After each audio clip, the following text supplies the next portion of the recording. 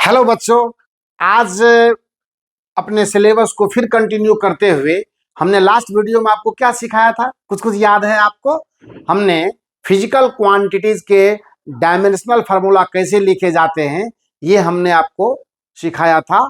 और साथ में यह भी कहे थे कि किस तरह से देखिए एडवांस्ड जो डायमेंशनल फार्मूला है, जैसे रेसिस्टेंस हो गया, कैपेसिटेंस हो गया, इंडक्टेंस हो गया, पोटेंशियल हो गया, ये तमाम जो है मैग्नेटिक फ्लक्स हो गया, इलेक्ट्रिक फ्लक्स हो गया, सब हाईलाइटेड डायमेंशनल फार्मूला है। कुछ कांस्टेंट भी मैंने बताए, इलेक्ट्रिकल परमिटिविटी, लेकिन अभी कुछ और भी हैं जो इंपॉर्टेंट सेक्टर के बचे हुए हैं डायमेंशन, ताकि उसको अगर हम सीख लेंगे तो जेई का और नीट का जो प्रॉब्लम, नीट का तो मैक्सिमम मैंने करवा ही दिया है, लेकिन जेई मेन और एडवांस का कुछ कुछ सवाल है जो डायमेंशन से आपको कराना है। तो अभी सिलेबस आपका ये चलेगा। पर आपसे एक बात मैं और भी कहना चाहता हूं कि अगर आपके इस लेक्चर में आपको फुल मजा नहीं आ रहा है तो क्या कमी रह रही है आपके हिसाब से, आप कमेंट में लिखने की कोशिश करें। और सबसे बड़ी बात यह है कि सब्जेक्ट पढ़ने की चीज है, समझने की चीज है, पर उसमें थोड़ा सा मजा भी आना चाहिए। और मजा आने के लिए क्या करना होगा? कुछ ऐसे एंटरटेनिंग उसमें जो जिसको रिमिक्स बोलते हैं ना, वो डालना होगा, वो डाला जाएगा। उसका के लिए आप परेशान ना हो, लेकिन सब्जेक्ट का जो फीडबैक है वो तो आप ही हमें देंगे। और जहां तक रह गई बात की सिलेबस का लेवल, तो उसका आप टेंशन ना लें, बिल्कुल एकदम वो आपके हिसाब से होगा, जहां आपको अपना रिजल्ट और अपनी संभावनाएं प्रबल दिखेगी कि नहीं, ऐसा लगता है कि इस तरह से अगर पढ़ाई किया जाए तो हमारा बेहतर परफॉर्मेंस हो सकता है। अभी तो पूरा फिजिक्स का फील्ड खाली है। आप थोड़ा धैर्य बनाए रखें और इस बात को एकदम दिल पर बैठा के रखें कि ये आपका चैनल है, ये आपका प्लेटफॉर्म है और आपके ही हिसाब से चलेगा। बस आप कमेंट करते रहिए और आपको जो चाहिए उस हिसाब से फरमाइश करते रहिए। आइए, हम आज आपको ये बताने वाले हैं कि हमने अब तक जो डायमेंशन के विषय में कामकाज किया, अब यहां से सवाल या कॉन्सेप्ट आगे बढ़ता है कि डायमेंशनल एनालिसिस जो हमने अब तक देखा है उसका एप्लीकेशन क्या है, क्या हमारे कोर्स में उसकी उपयोगिता है, ये भी हमें जानना जरूरी है। और कुछ ऐसी भी परिस्थितियां हैं, कुछ ऐसे भी प्रॉब्लम्स हैं जो एप्लीकेशन के आने के बाद ही समझ में आते हैं। इसीलिए हमने सोचा कि एप्लीकेशन पर काम किया जाए। आइए आगे बढ़ते हैं और देखते हैं कि डायमेंशनल एप्लीकेशन जो है, एप्लीकेशंस ऑफ डायमेंशन, कि अपने सिलेबस में इसको क्यों हमने पढ़ना है, एप्लीकेशंस ऑफ डायमेंशनल एनालिसिस। और अच्छी बात यह है कि जो भी एप्लीकेशन हैं इसके, वो अपने आप में लाजवाब हैं, तो उन पर जो है आपको सही तरीके से ध्यान देने की जरूरत है। सबसे पहला एप्लीकेशन जो है, ये आपको जो सिखा रहा है वो ये है कि किसी भी फिजिकल क्वांटिटी का अगर अपन को डायमेंशनल फार्मूला दे दिया जाए तो हम लोग उस डायमेंशनल फार्मूला के आधार पर उसका यूनिट लिख सकते हैं। ये एक मतलब बेनिफिट है हमारे पास कि on the basis of dimensional formula, है ना, on the basis of dimensional formula, है ना, basis of dimensional formula, dimensional formula we can write, है ना, we can write the units, है ना, उसके यूनिट लिख सकते हैं। उसके लिए कोई डेफिनेशन लेने की आवश्यकता नहीं है। अगर अपन को ये पता है कि किसी भी फिजिकल क्वांटिटी का जो डायमेंशनल फार्मूला है वो अगर उपलब्ध है तो यूनिट कैसे लिखा जाए, मैं आपको एग्जांपल देके दिखाना चाहूंगा। और आप जब एग्जाम्पल को देखेंगे तो आपको खुद ब खुद जो है मजा आने वाला है। जैसे मैं बताऊं कि सपोज कीजिए कि मेरे पास वेलोसिटी का जो डायमेंशनल फार्मूला है वो मालूम है कि ये L और T टू दी पावर -1 होता है। बढ़िया बात है। अगर मैं इस डायमेंशनल फार्मूला को ही अपना आधार मान करके इसका मैं SI यूनिट लिखना चाहूंगा आराम से लिख सकता हूं। देखिए एल रिप्रेजेंटिंग किसको, लेंथ को, और लेंथ का जो एसआई यूनिट होता है वो होता है मीटर। बिल्कुल सही बात है। और यहाँ टाइम के लिए सेकंड है, सेकंड पर पावर -1। और अगर ध्यान से देखें तो मीटर प्रति सेकंड, देखिए आया कि नहीं आया, बिल्कुल आया और आसानी से आया, कहीं कोई परेशानी नहीं हुई। उसी प्रकार से अगर दूसरी क्वांटिटी, सपोज कीजिए मैं एक्सीलरेशन की बात करूं, बिल्कुल सही बात है, एक्सीलरेशन की बात करूं तो ये क्या होता है, इसका जो डायमेंशनल फार्मूला होता है वो होता है L and T to the power -2। क्या हो जाएगा, इसका जो SI यूनिट होगा वो क्या होगा, L के लिए लेंथ के लिए मीटर और T के लिए क्या होगा, टाइम। तो लेंथ के लिए मीटर होगा और T के टाइम के लिए सेकंड है, ये क्या होगा, मीटर प्रति सेकंड स्क्वायर। देखिए होता है कि नहीं, और हम लोग इस बात को जानते हैं। मैं ये नहीं कहता हूं कि 11th के सिलेबस में अपने हमने ऐसी पढ़ाई करी है, लेकिन 9th में तो पढ़े हैं अभी हम लोग। एक्सीलरेशन यानी त्वरण का जो एसआई मात्रक होता है, एसआई यूनिट होता है, वो क्या होता है, मीटर पर सेकंड स्क्वायर। ऐसे ही अगर कुछ और एग्जाम्पल पर हम बात करें तो करना ही चाहिए, इसको पॉज करके आप देखेंगे। और मैं एकदम हमेशा आपको ये एडवाइस करता हूं कि आप जो है एकदम इसको एक कंटिन्यूअस वे में आकर के, बाद में बहुत पछताना पड़ेगा। मैं आपको बार बार कहता हूं आप इसको विश्वास में लें और साथ में एंटरटेन करें फिजिक्स के साथ। नेक्स्ट एग्जांपल की अगर मैं बात करूं, सपोज कीजिए मैं बात करता हूं फोर्स की, तो फोर्स का डायमेंशनल फार्मूला क्या होता है, ml T to the power -2 होता है। और SI यूनिट आप खोज लीजिए, एकदम आसानी से खोजा। M for mass, L for length, T for time, तो केजी मीटर पर सेकेंड स्क्वायर। एक्चुअली फोर्स का जो SI यूनिट होता है वो यही होता है, केजी मीटर पर सेकेंड स्क्वायर। मैंने पहले भी चर्चा की है इस बात की, और इसी को न्यूटन कहा जाता है। वो एक तरह से क्या एडिशनल है, न्यूटन साहब ने अपना मान रखने के लिए इस यूनिट को न्यूटन का नाम दिया, यानी ये न्यूटन कहलाता है। ये अलग बात है, लेकिन सच्ची बात यह है कि ओरिजिनल SI यूनिट इसका जो है, जहां इसका इस डायमेंशनल फार्मूला के आधार पर आएगा वो केजी मीटर पर सेकंड स्क्वायर ही आएगा, है ना। कहानियों से सीखिए, सेल्फ स्टडी को बढ़ाइए। और ये जो वीडियो लेक्चर है ये आपके लिए बहुत बड़ा हेल्पलाइन है। आप पढ़ेंगे तो आप बढ़ेंगे। पड़ोसी के घर झांकने से सरस्वती माता आपके घर नहीं आती, आपके मेहनत करने से आपके पास। लोगों की कहानियां सुन करके वो ऐसे थे, ये हो गए, अभी IAS है, अरे आप भी बन सकते हो, है ना। उन्होंने मेहनत किया तो उनकी सफलता, तो उनको अनुकरण कीजिए। वो ऐसा बने तो कैसे बने, हमें भी बनना है तो हमें भी अच्छी सलाह, अच्छे प्लेटफॉर्म से जुड़ करके, और हमें भी वो बनना है तो हमें भी उसी रास्ता पर चलना होगा। और मेहनत करने वाले कभी हारते नहीं हैं। आइए आगे देखते हैं। अगर मान लेते हैं हमारे पास लीनियर मोमेंटम की चर्चा हो जाए, तो लीनियर मोमेंटम की चर्चा हो जाए तो लीनियर मोमेंटम का क्या होता है, बोला जाए लीनियर मोमेंटम, ये इसका डायमेंशनल फार्मूला होता है ml to the power -1।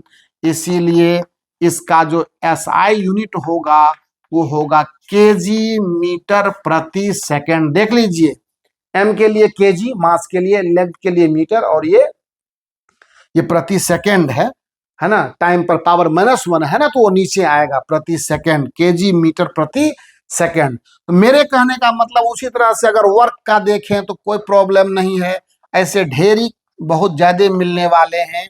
ml to the power -2, तो SI यूनिट आप खुद इसका लिख करके देख लें, केजी मीटर स्क्वायर पर सेकंड स्क्वायर। इसी को जूल कहा जाता है। तो जूल जो आप बोलते हैं ना, ये न्यूटन की ही तरह एक फरमाइशी यूनिट है। इसका अलग से जूल साहब ने अपने नाम के ऑनर में, प्रतिष्ठा में इस यूनिट को जूल का नाम दिया। पर हकीकत में डायमेंशन से या डेफिनेशन से अगर बात करें तो ये केजी मीटर स्क्वायर पर सेकंड स्क्वायर ही हमारे वर्क का डायमेंशनल फार्मूला है।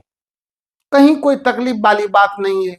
पावर की देखेंगे तो पावर का आपको पता है डायमेंशनल फार्मूला क्या होता है, नहीं है पता तो आप निकाल करके देखेंगे और उस हिसाब से अगर मैं बात करूं पावर की तो आप एक आध एग्जाम्पल और देख लेते हैं, इसमें कौन सी बड़ी बात है। देखा जाए यहां से तो ये जो पहला एप्लीकेशन है ना, पहला एप्लीकेशन बहुत लंबा खींचने की जरूरत नहीं है क्योंकि आगे बहुत काम करना है। पावर की बात अगर आप करते हो तो ये होता है वर्क बटा टाइम। क्या होता है? वर्क बटा टाइम।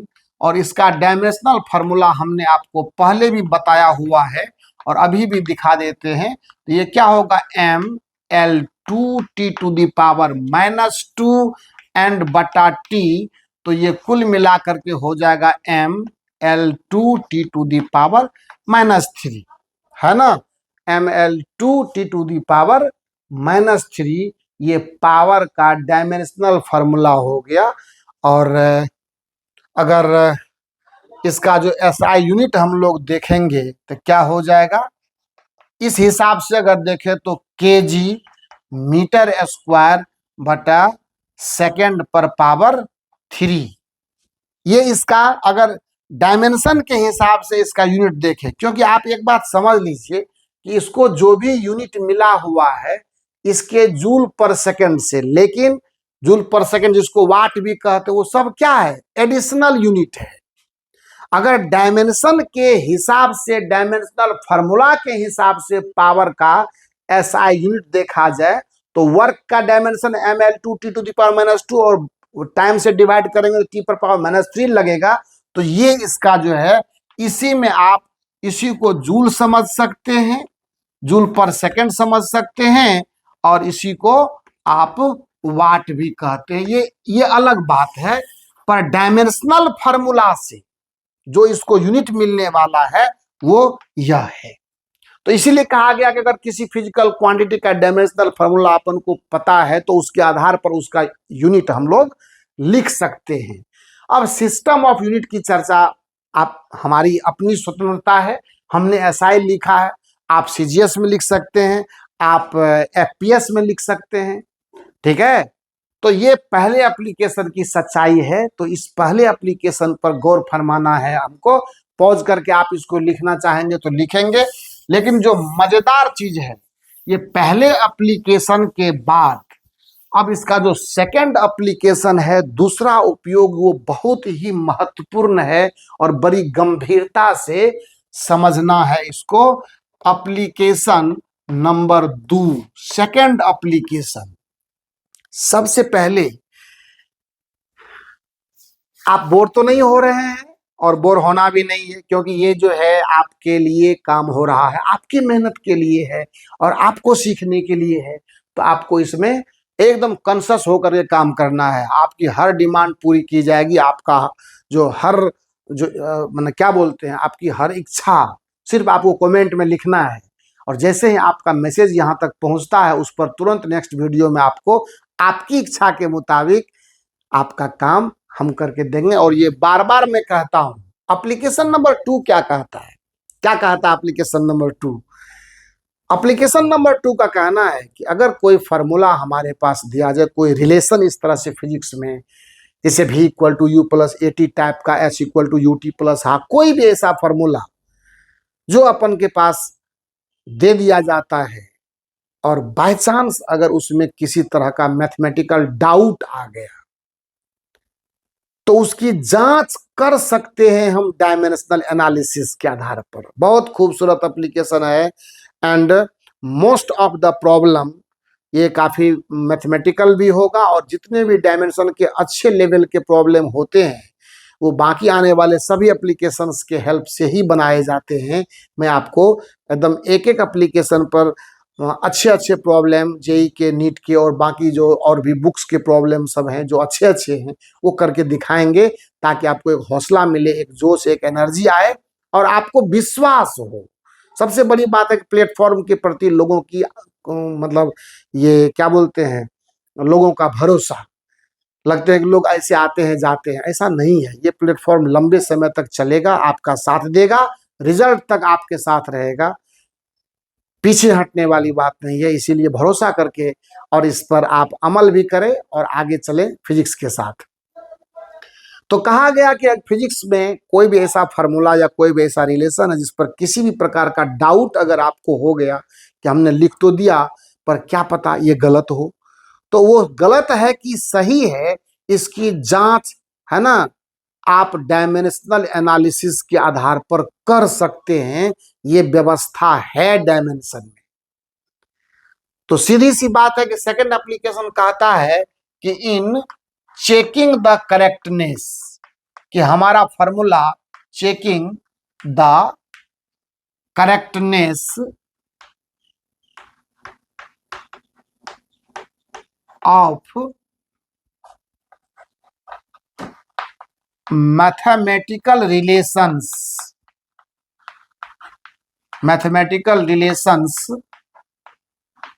Of physical quantities. साफ सीधी बात कहूं इसको कि कोई भी फार्मूला समझ लीजिए, फिजिकल क्वांटिटीज, सीधे समझिए ना कि ये रिलेशन क्या होता है, फार्मूला के रूप में माना जाता है, ऐसा सीधा समझना। इन checking the correctness of mathematical relations of physical quantities, है ना, method of dimension is used. ये सबसे परफेक्ट है, method of dimension is used. समझ गए ना? ये एक बहुत ही ग्रेट एप्लीकेशन है कि सबसे बड़ी बात है कि कोई फार्मूला हमारा सही है गलत है तो उसकी जांच करने के लिए आप इसका इस्तेमाल कर सकते हैं, लेकिन कैसे? बट हाउ टू यूज, इसको यूज कैसे करें? हमने तो सिर्फ समझा है कि इसका इस्तेमाल हम कर सकते हैं, पर तरीका क्या है, क्या उसका बेस लाइन है? तो बेस लाइन है principal of homogeneity. Principal of homogeneity, principal of homogeneity. अब ये क्या है भाई? ये तो हो गया कि तार से गिरे खजूर पर अटके। मैंने कहा कि करेक्टनेस, अगर फार्मूला के सच्चाई की जांच करनी है कि रिलेशन सही है या नहीं है, उसके लिए डायमेंशन का यूज करेंगे, ठीक है। पर कैसे यूज करें? तो बोला इस सिद्धांत का पालन करेंगे ना आप, प्रिंसिपल ऑफ होमोजेनिटी का, तो हो जाएगा काम आपका। पर ये है क्या? तो होमोजेनिटी का प्रिंसिपल जो है, ये जो होमोजेनिटी का प्रिंसिपल है या होमोजेनिटी कहिए आप इसको, जो प्रिंसिपल है, जो सिद्धांत है, वो कहता है क्या? और बहुत कॉमन चीज है, नाम है इसका बड़ा, नाम डरावना है पर काम बहुत आसान है भाई साहब। इसका बच्चों है क्या कि एक ही प्रकार का फिजिकल क्वांटिटी आपस में जोड़ा या घटाया जा सकता है। बताओ कितना आसान है। ये जो होमोजेनिटी का प्रिंसिपल है वो कितना आसान है। जैसे आप एग्जांपल देख लो, आप रुपये में रुपया जोड़ सकते हो, मास में मास जोड़ सकते हो, मास में से मास घटा सकते हो, टाइम में टाइम ही जोड़ सकते हो, टाइम ही घटा सकते हो, फोर्स में फोर्स ही जोड़ सकते हो, फोर्स ही घटा सकते हो। आपने कभी नहीं सुना होगा कि रुपया में कोई मास जोड़ता है। रुपया में चावल को जोड़ दीजिएगा, 10 रुपया और 5 केजी चावल, कभी जोड़ के बता सकते हैं आप इसको क्या होगा? फिजिकल क्वांटिटी जब कभी डिफर कर गया तो होमोजेनिटी का प्रिंसिपल कहता है कि आप उसको जोड़ या घटाव नहीं कर सकते। Same type of physical quantities can be added और subtracted. This is principle of homogeneity. और जब ये आप सीख लिए, इस पर एक अच्छी चर्चा हम लोगों ने कर ली, तो सेकंड एप्लीकेशन का जो बेस है, जो मूल है, वो हमने पकड़ लिया। और ये बहुत बड़ा हेल्प करेगा हमको फिजिक्स में फार्मूला के करेक्टनेस की, उसके ट्रूथ का जो मतलब उसका जो जांच करेंगे, इसके लिए वो बहुत बड़ा बेस का काम करेगा। तो what about principal of homogeneity, आइए उसको देखते हैं हम लोग। इसको आप पोज करके लिख लेंगे। In checking the correctness of mathematical relation of physical quantities, जैसे जिसको फार्मूला भी बोलते हैं, method of dimension is used, but how to use, कैसे करें, तो प्रिंसिपल ऑफ होमोजेनिटी के आधार पर। आइए प्रिंसिपल ऑफ होमोजेनिटी क्या कहता है उसकी चर्चा कर ले, और अभी तुरंत के तुरंत आपको एक करके दिखा देंगे। प्रिंसिपल ऑफ होमोजेनिटी कहता है, ये है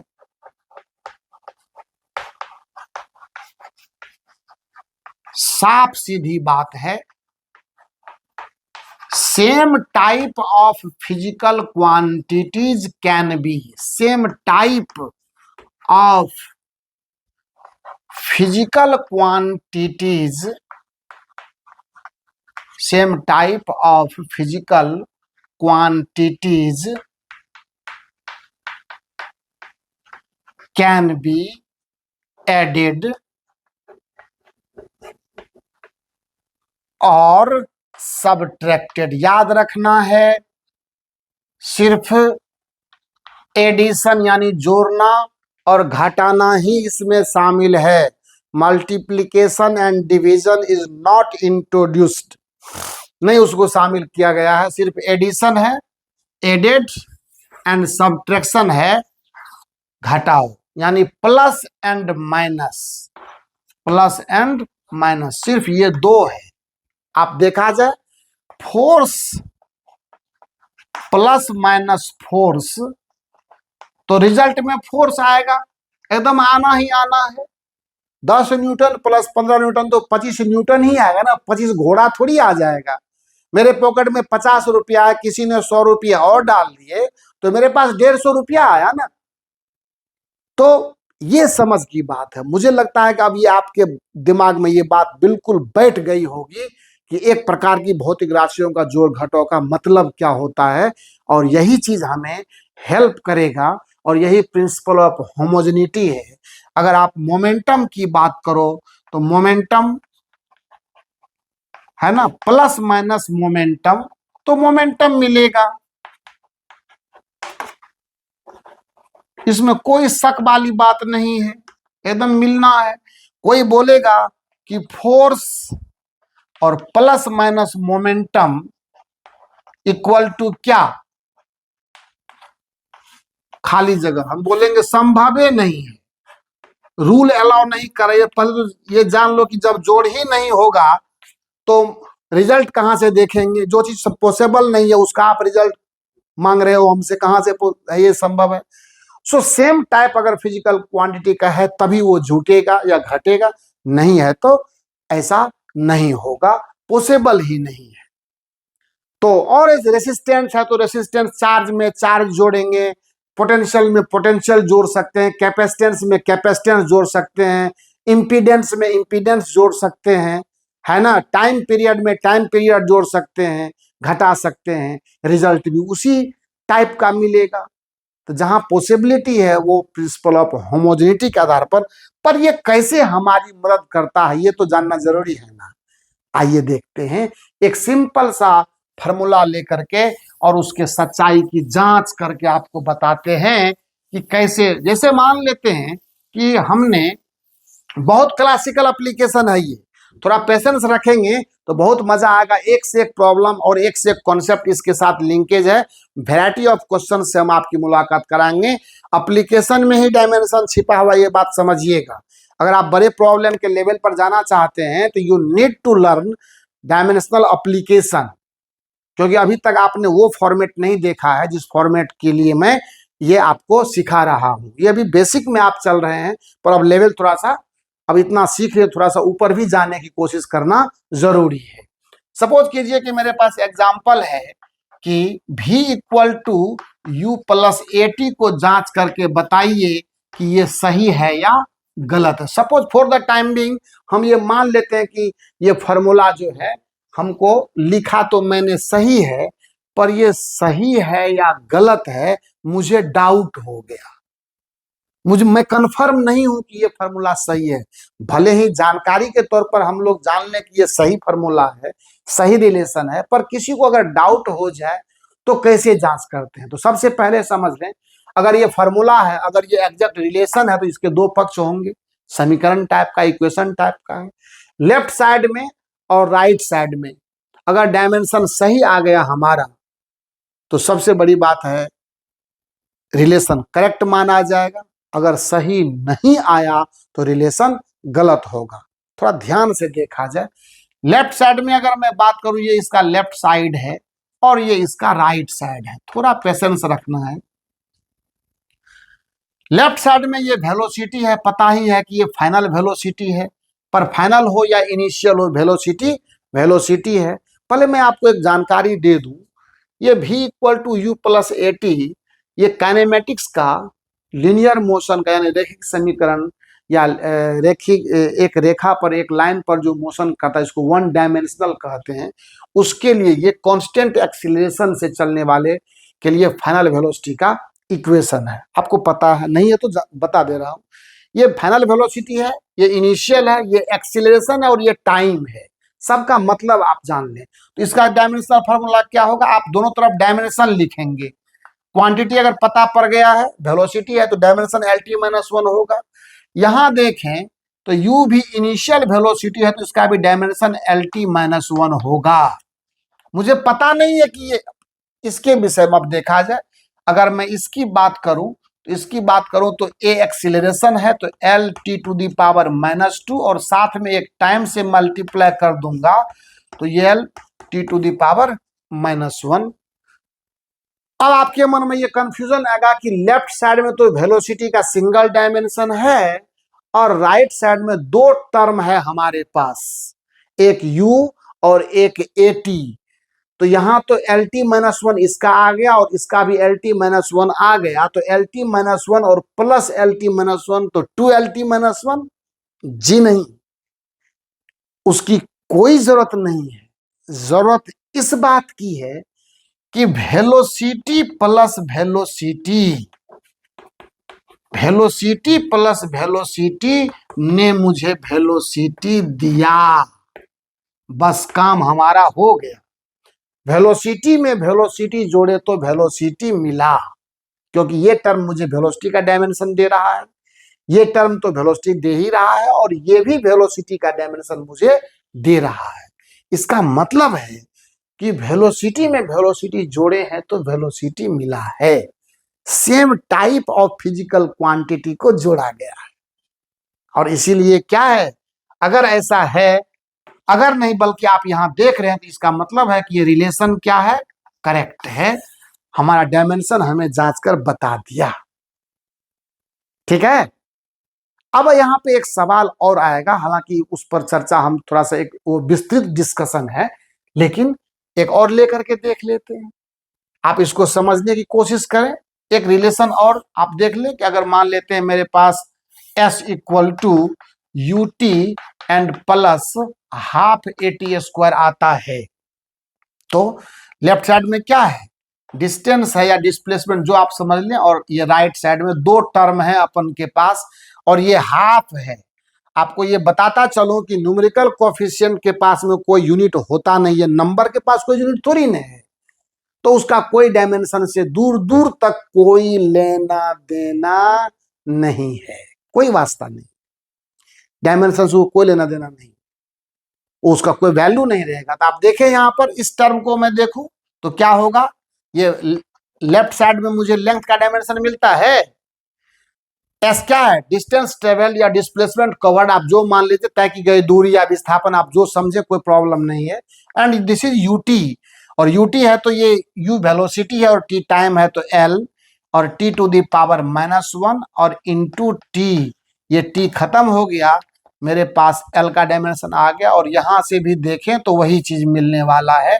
कैसे तो देखा जाए, इन नंबर का तो कोई मतलब ही नहीं है। और ये देखिए ए जो है वो एल और T⁻⁻2 एंड यहाँ पर टाइम का स्क्वायर है, ये फिर मर जाएगा तो मेरे पास क्या हुआ, लेंथ मिला।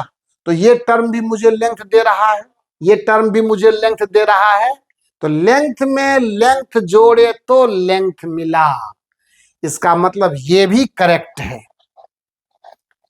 ऐसे और भी बेहतर डायमेंशनल रिलेशन लेकर के मैं आपके लिए आऊंगा। अभी तो ये शुरुआत है, आपने सिर्फ बेसिकली दो एप्लीकेशन को शुरू इनिशिएट किया है, मात्र अभी उसको शुरू किए हैं। उस पर देखिए वैरायटी ऑफ प्रॉब्लम्स अपने पास आने वाले हैं, थोड़ा इंतजार कीजिए और नेक्स्ट वीडियो के लिए बड़े ही जोश के साथ उसको मतलब वेटिंग लिस्ट में रखिए। और एकदम जैसे होता है कि भूख लगी हुई कोई खाना दे, तो आप नेक्स्ट वीडियो के लिए ऐसे ही एक्साइटेड रहिए ताकि बेहतर प्रॉब्लम हम आपको दें और मेरे को भी हौसला मिले। प्लेटफॉर्म पर आप जरूर कमेंट करके लिखा कीजिए कि आपकी खुद की आवश्यकता क्या है, आप किस तरह से क्या देखना चाहते हैं। तो अपने इस इच्छा शक्ति को जब तक जाहिर नहीं करेंगे तो हमें भी एक बल मिलेगा, एक हौसला मिलेगा कि और बेहतर एक क्या पैटर्न करूं, किस तरह से करूं कि वो आपके लिए वो हर तरह से फायदेमंद हो। तो आप कहीं जाएंगे नहीं और मेहनत करते रहेंगे लगातार। नेक्स्ट वीडियो में फिर मिलते हैं आपसे, और अपने वीडियो को शेयर कीजिए दोस्तों में। और ज्ञान बांटने से बढ़ता है, घटता नहीं है। Thank you so much.